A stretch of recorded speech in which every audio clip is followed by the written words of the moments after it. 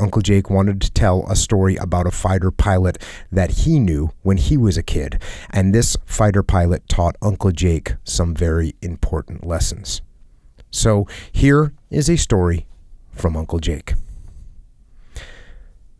When I was a kid, I had a kid in my 4th grade class named Jonathan that sat behind me in class. He wasn't really my friend, but he was friends with some of my friends. And this boy, Jonathan, used to talk all the time. Talk. And it really annoyed me.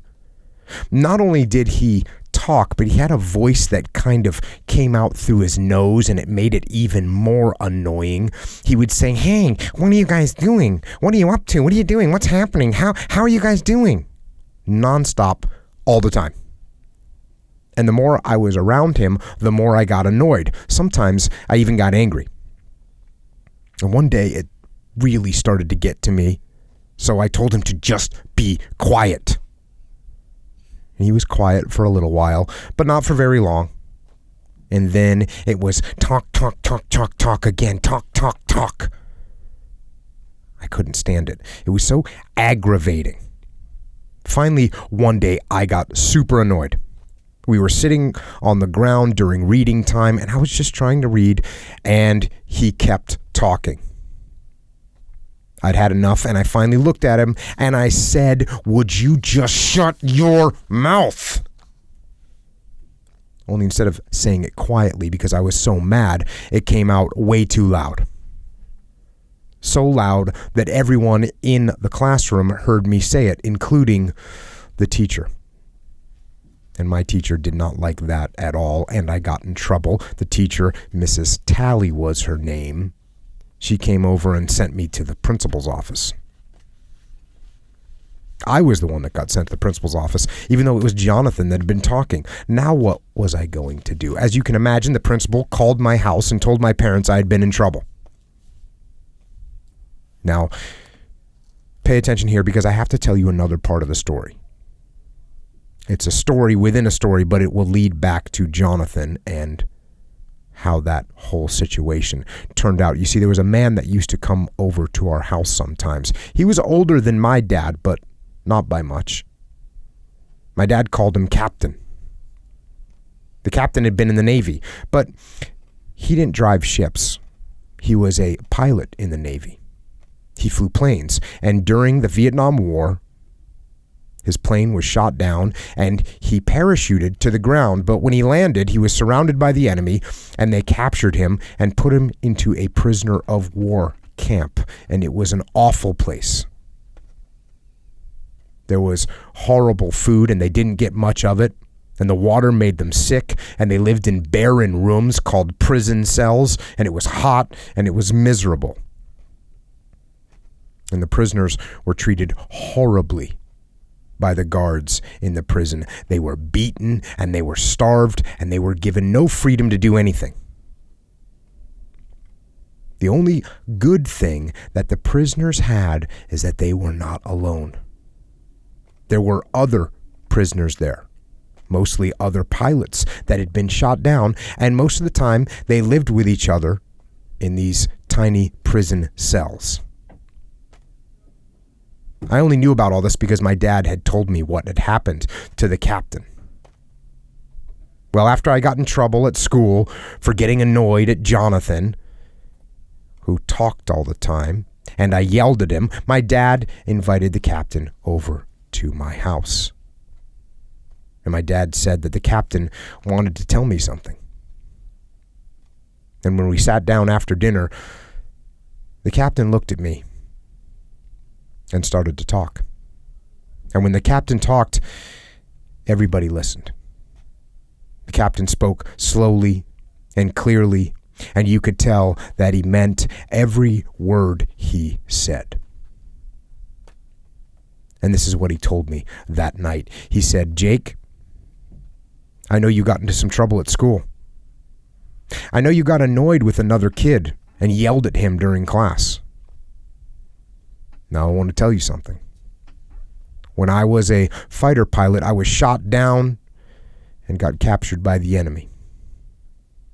I was put into a prison camp, and it was a horrible place. And in that prison, we had cellmates. Those were the other prisoners that we lived with. And the rooms were small, and we were hungry, and we were sick, and we were tired, and we were miserable.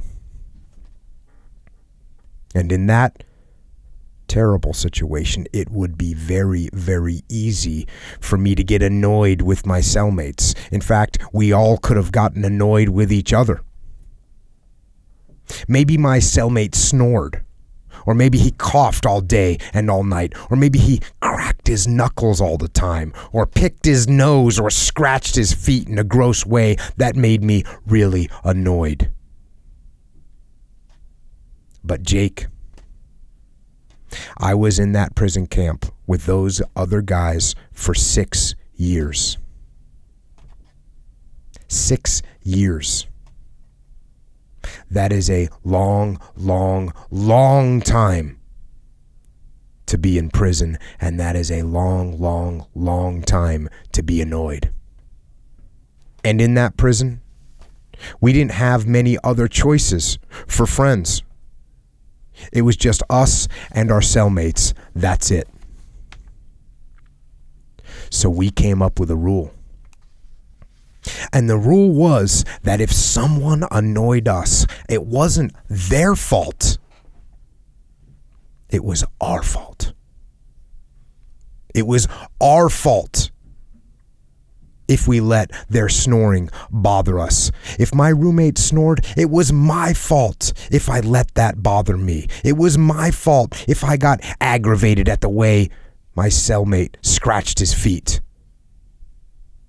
It was my fault if I couldn't stand the way that my cellmate coughed or talked or cracked his knuckles.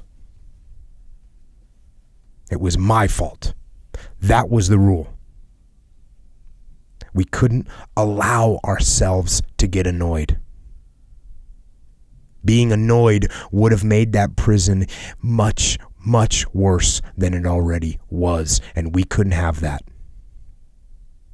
And we didn't have that. Ever. So, Jake, if you let someone annoy you, you're allowing something that shouldn't control you to control you. You're letting it get inside your head. And I know you're young, but that's no excuse. You can't do that. You have to learn to ignore the little things that annoy you. I promise you that there are enough things in life that can go wrong, big things, important things that you'll have to worry about. So don't let these little things bother you. Just accept them and shake them off. Think about something else. And don't focus on little things that annoy you, but that don't really matter. Does that make sense to you, Jake? And I said to the captain, yes, sir. And I meant it. I couldn't believe what the captain had been through, and I couldn't believe that he had this amazing attitude. I could see in him how strong you have to be to stay calm and not let things annoy you. It made me feel like I was a giant wimp for letting little things bother me. And that was the first lesson that I learned from the captain. And he taught me much, much more over the years, and I'll tell you more about those lessons later. But this first lesson, it was an important one. And after that, when I went back to school and I heard Jonathan talking in his annoying voice, I just let it go. It wasn't a big deal anymore, and I was strong enough to deal with it. And that's the lesson I learned. I learned it from Jonathan, but more, I learned it from the captain. And to this day, even as a grown man, all these years later, when some little thing is bothering me or annoying me, I think of how much worse things could be. And I just ignore that little thing. And even if I can't ignore it, I just keep my thoughts to myself. I keep it inside, and I put a smile on my face, and I worry about bigger things in the world. And you know what? When you act like things don't bother you, eventually they don't. So be strong and don't let little things annoy you.